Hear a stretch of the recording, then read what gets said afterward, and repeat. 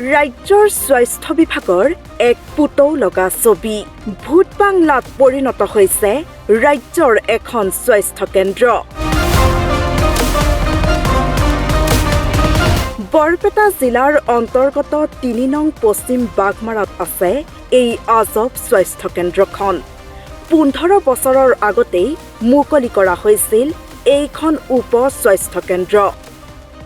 মুকলিৰ সময়ত ঠিকেই চলিছিল স্বাস্থ্য কেন্দ্ৰখন। চিকিৎসক, নাৰ্ছ, স্বাস্থ্য বিভাগৰ কৰ্মচাৰীও আছিল কেন্দ্ৰখনত। কিন্তু কিছুদিন পিছতেই বন্ধ হৈ পৰিল এই স্বাস্থ্য কেন্দ্ৰখন।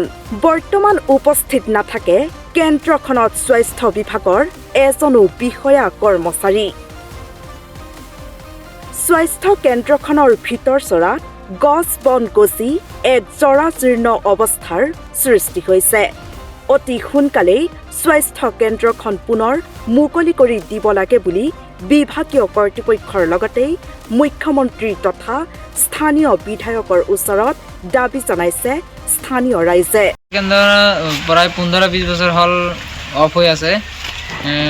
এইটোৰ নাম হ'ল, জাগাটোৰ নাম হ'ল ৩ নং বাগমাৰা চৰ পশ্চিম স্বাস্থ্য কেন্দ্ৰ। বৰ্তমান ভিতৰত পৰিস্থিতি বেয়া, একদম গৰু ছাগলী মানে থাকে বৰ্তমান পৰিস্থিতি। ঘাঁহ বন যে ক'লৈ দেখোন গৰু ছাগলী মানে এইবিলাক মানুহে ৰাখে ইয়াতে। নগৰবেৰাৰ পৰা ইমনুল হাছানৰ ৰিপৰ্ট, দি নৰ্থ ইষ্ট।